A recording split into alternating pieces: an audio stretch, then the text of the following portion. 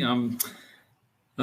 Look, I think let me just start with my career and just the wonderful things that have happened, and some might say lucky.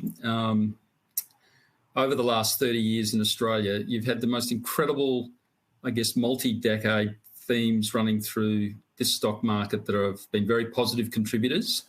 And I'm going to start with the good news and then move to the bad news.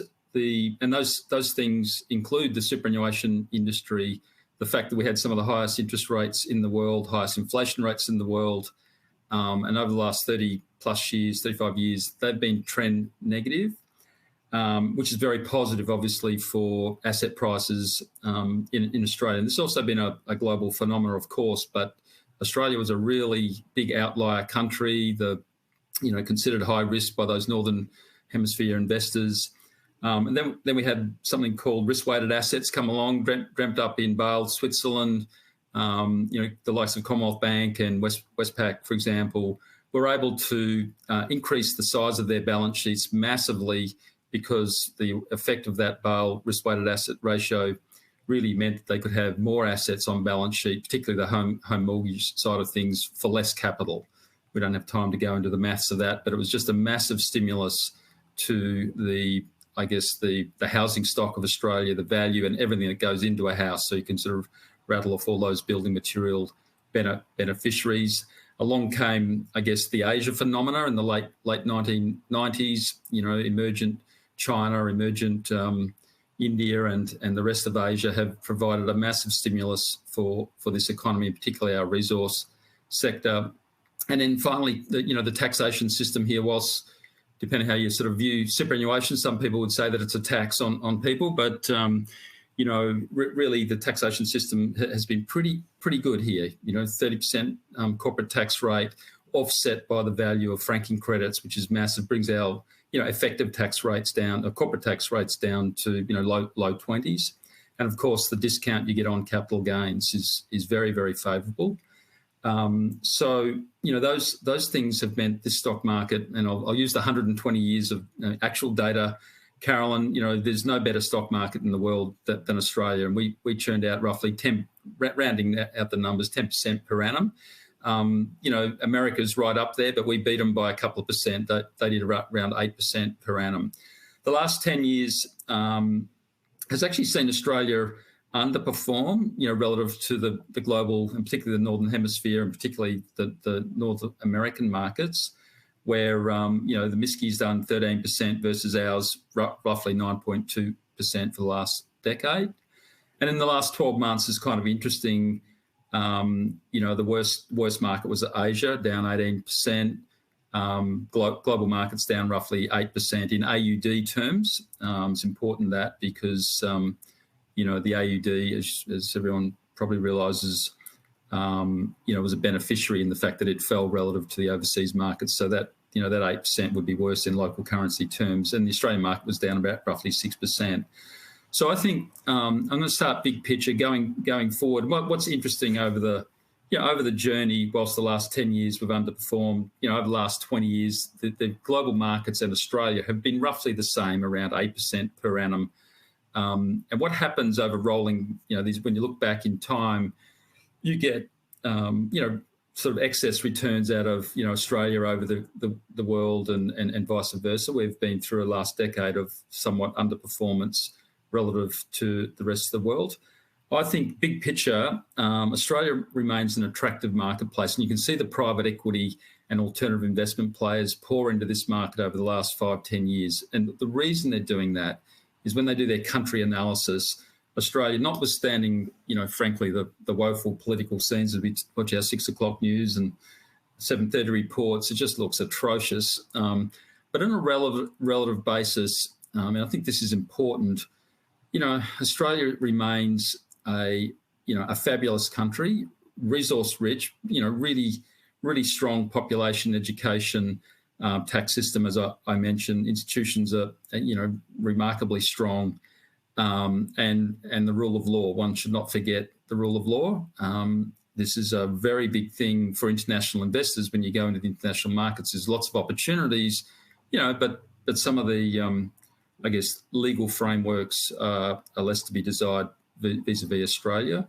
I think once we get through, this kind of the next year or two of problematical, social, political, economic, energy issues, which we'll talk a bit about later on, I'd put Australia in the top quartile countries in terms of places you'd want to put your money in. For Australians, the tax advantages of local is, worth 1 to 2% a year, which is a very significant number. So, for my money, we will stay here. The advantages of overseas, and we love, as you know, our firm's sort of half and half, and the advantages of the overseas, and our approach is to find these wonderful companies that we see in Australia, albeit a very, very limited list of companies, find those equivalents in overseas markets and find industries that you can diversify into that you just can't here. It's just the fact we're a small country. And I think that, maybe we can talk a little bit about it later on, but, there's some phenomenal value out there in the market. There's phenomenal risks that we see as well. And one is to sort of duck and dive and weave, to identify those opportunities. The currency in Australia has been been very weak in the last 12 months. And so that, that sort of makes it a bit more expensive to go overseas. But there are other countries also with weak currencies that you can sort of get around that problem, like Japan, for example. So, Peter, when you're actually, that's really interesting. I mean, when you're actually talking about your approach, and I know internally, I mean, you've told me before that's something, in terms of investment styles, you're continually thinking about internally. So for the past few years, it's been quality growth investors who have been those really sort of big winners. So where does that style of investment sit in the current market? And who do you expect to be the big winners going forward, especially as we enter this high inflation environment that you also mentioned? Caroline, no magic bullets. I approach this is a great question, and I talk about a lot internally to younger people joining our organisation. So, well, you're just starting out, or older people in the industry, it's a good question. If you're starting out your career today, where would you want to go? Or if you're going to write the New York bestseller, investing book, what would be on the front cover? When I started my career, everyone was sort of a Warren Buffett value devotee, and all the New York bestsellers or the investment book bestsellers were very, very heavily couched in value principles, value investing. The last 10 years, or last 20 years, probably, if I rolled the clock back, you just sort of leverage up on quality growth. Now that's not had a pretty 6 months, but that is sort of, I guess, the difference from when I started out to today. So it's very growth orientated, lots of venture capital winners, a lot of emphasis upon technology.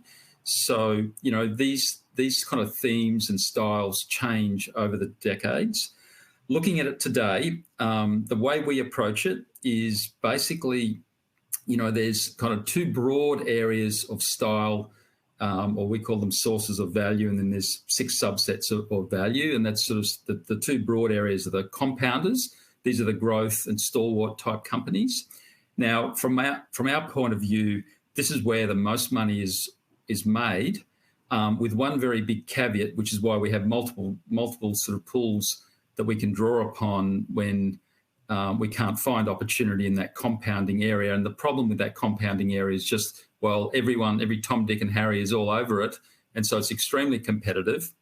And so it's the other pool that we kind of have recently dipped, quite heavily into. And this is what I'd call sort of reversionary styles. These be asset plays, what we call low risk turnarounds, cyclical type businesses or industries where you can get, opportunity in those. And Australia, has kind of taught us very well. We're quite a cyclical market, and it's something that we've been able to export or transport into these overseas markets. And just really understanding, those different sources of value has been very important. So, long story short, we're looking for both compounders and these reversionary opportunities. If you go back in, I think it's interesting looking back into the 1970s. Like it was a they had that sort of nifty 50 from 1968 to 72, and these stocks got up to 60 times. They all blew up, the nifty 50s. There's two, and in the 1970s was the era of deep value, sort of cyclical energy stocks, value stocks. There's two little caveats or interesting points that don't get talked about. The two things are this: the nifty 50 stocks, if you had bought at the peak, you basically lost half your money in 2 years, in the 1974-75 period, or 73 to 74. But by the mid 80s to late 80s, you'd actually made all of that money back, and then the following 10 years you outperformed strongly. So not many institutional fund managers could possibly do this, but certainly plenty of your investors can. If you just hang on to those quality stocks of the nifty 50s, you actually did quite well. It's just you had to hang on to 10 to 15 years to get your money back. The other really interesting point about the 1970s that's not often talked about is that all of the underperformance came quickly in the front end, and so those high PE stocks blew up very badly in the first 2 years. I can't remember the exact number, but they're down sort of 30% each year, so it was pretty horrendous. And then the energy stocks, might have been up roughly 100% in that early phase. And so, people look at the decade-long returns, but it's very, very important to get the timing of these, asset allocations or capital allocations into these different sectors. But we see lots of opportunities in that reversionary space.